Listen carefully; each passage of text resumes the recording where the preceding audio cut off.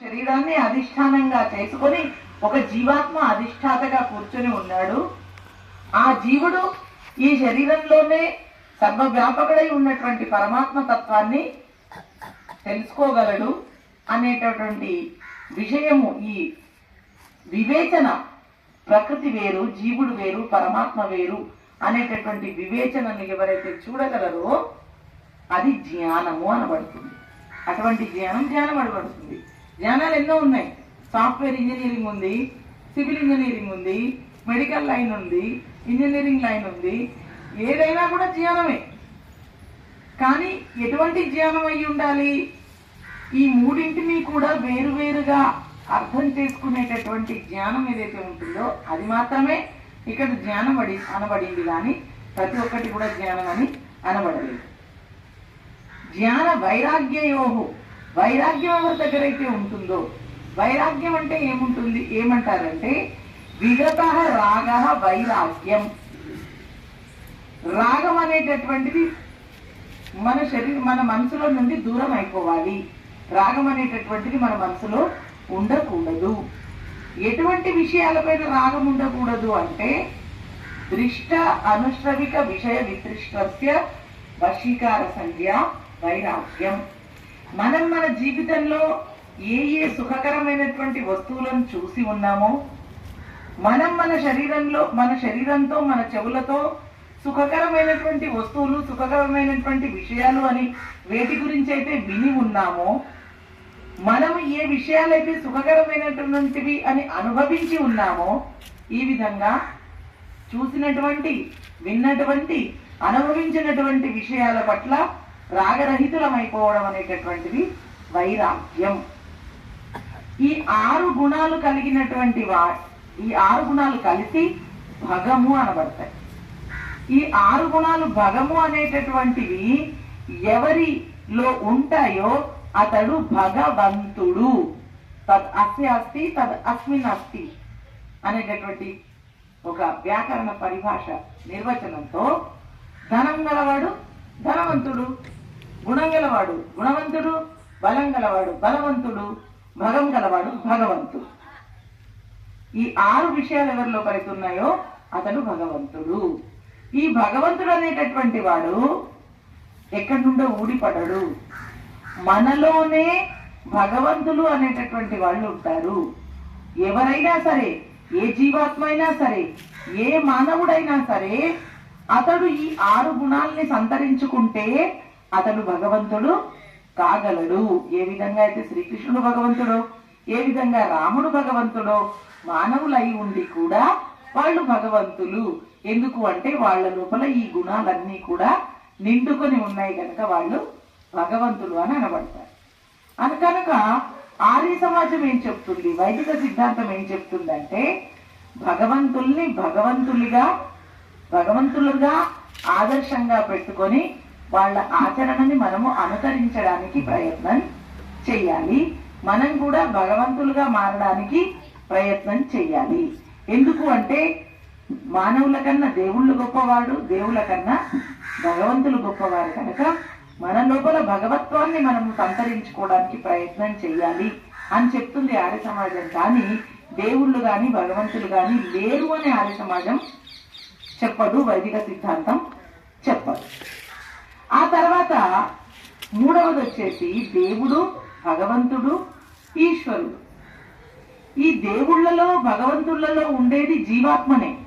కానీ ఈశ్వరుడు లేదా పరమాత్ముడు అనేటటువంటిది ఒక అలౌకికమైనటువంటి తత్వం. ఈ ఈశ్వరుడు లేదా పరమాత్ముడు గుణాలు ఏవైతే ఉన్నాయో ఆ గుణాలకి దేవుళ్ళు కానీ భగవంతులు కానీ సరితూగలేరు. ఎందుకు సరితూగలేరు అంటే ఈశ్వరుని లక్షణాలు లేదా పరమాత్మని లక్షణాలు చెప్తూ స్వామి దయానంద సరస్వతి గారు ఆర్య సమాజం యొక్క 2వ నియమంలో ఏం చెప్తున్నారు, ఈశ్వరుడు సచ్చిదానంద స్వరూపుడు అని అన్నాడు. ఈశ్వరుడు సచ్చిదానంద స్వరూపుడు. ఈ ప్రకృతి ఏదైతే ఉందో, ఏ ప్రకృతితో మన శరీరం తయారైందో, ఏ పంచమహాభూతాలతో మన శరీరం తయారైందో, ఈ పంచమహాభూతాలు అనేటటువంటివి ప్రాకృతిక తత్వాలు, జడ తత్వాలు, వీటిని అస్థితి, సత్, ఇవి ఉన్నాయి అంతే. వాటి లోపల చలనం కానీ, వాటి లోపల కదలిక కానీ, వాటి లోపల మార్పులు కానీ ఎప్పటి వరకైతే ఒక చేతన తత్వం ఆ జడతత్వంతో కలవదో అప్పటి వరకు సంభవించేటటువంటిది కాదు. ఈ హోమగుండాన్ని ఇక్కడ పెట్టి ఈరోజు మనం అగ్నిహోత్రం చేసినాం. ఎప్పటి వరకైతే ఈ హోమగుండాన్ని మనం కదల్చమో అప్పటి వరకు అది అక్కడే ఉంటుంది. అది ఎన్ని సంవత్సరాలైనా సరే, ఎన్ని యుగాలు గడిచినా సరే, హోమగుండం అనేటటువంటిది అక్కడే ఉంటుంది. చేతన తత్వమైనటువంటి మనము ఎప్పుడైతే ఆ హోమగుండాన్ని అక్కడి నుండి జరుపుతామో అప్పుడే జరుగుద్ది. అదేవిధంగా ఇక్కడ ప్రకృతి, జీవుడు, పరమాత్ముడు, ఈ మూడింటికి కూడా సత్ అనేటటువంటి గుణం ఉంటుంది. సత్ అంటే అస్థితి, సత్. అస్థి అంటే విద్యమానత, ఉండటం, తన అస్తిత్వాన్ని చూపించుకోవడం. ఇది ప్రకృతిలో కూడా ఉంది, జీవాత్మలో కూడా ఉంది, పరమాత్మలో కూడా ఉంది. మూడు కూడా ఉన్నాయి. ప్రకృతి తత్వం ఉంది, జీవాత్మ ఉంది, పరమాత్మ కూడా ఉన్నాడు. ఆ తర్వాత ఈశ్వరుడు సత్ చిత్, చిత్త స్వరూపుడు. చిత్ అంటే చేతని, చేతన తత్వం, చేతనత, అందులోపల కదలిక, అందులోపల మార్పు కలిగేటటువంటి సామర్థ్యం. ఇది ఎప్పుడైతే జీవాత్మ ప్రకృతి తత్వానికి కలుస్తుందో ఆ చైతన్యం అనేటటువంటిది మానవ శరీరంలో, ఏ ప్రాణి శరీరంలో అయినా కూడా కలుగుతుంది. అయితే ఈ చేతన తత్వం అనేటటువంటిది ప్రకృతిలో లేదు, కేవలం జీవాత్మలో ఉంది, పరమాత్మలో ఉంది, కానీ ప్రకృతిలో లేదు. అదేవిధంగా ఈశ్వరుడు సత్ చిత్ ఆనంద స్వరూపుడు అని అన్నాం. ప్రకృతి కేవలం సత్స్వరూపం ఉంది అంతే. జీవుడు సత్స్వరూపుడు, చిత్ స్వరూపుడు ఉన్నాడు, అతనిలో చైతన్యం అనేటటువంటిది ఉంది. అదేవిధంగా ఈశ్వరుడు సత్ చిత్ ఆనంద స్వరూపుడు. ఈ ఆనందం అనేటటువంటి గుణం ఏదైతే ఉందో అది ప్రకృతిలో లేదు, అది జీవనంలో కూడా లేదు, అది కేవలం పరమాత్మలో మాత్రమే ఉంది. కనుక ఈ దేవుళ్ళు, భగవంతులు ఎవరైతే ఉన్నారో, దేవుడు కూడా జీవాత్మయే, భగవంతుడు కూడా కొన్ని విశిష్ట గుణాలు సంతరించుకున్నటువంటి జీవుడు కనుక భగవంతుడు.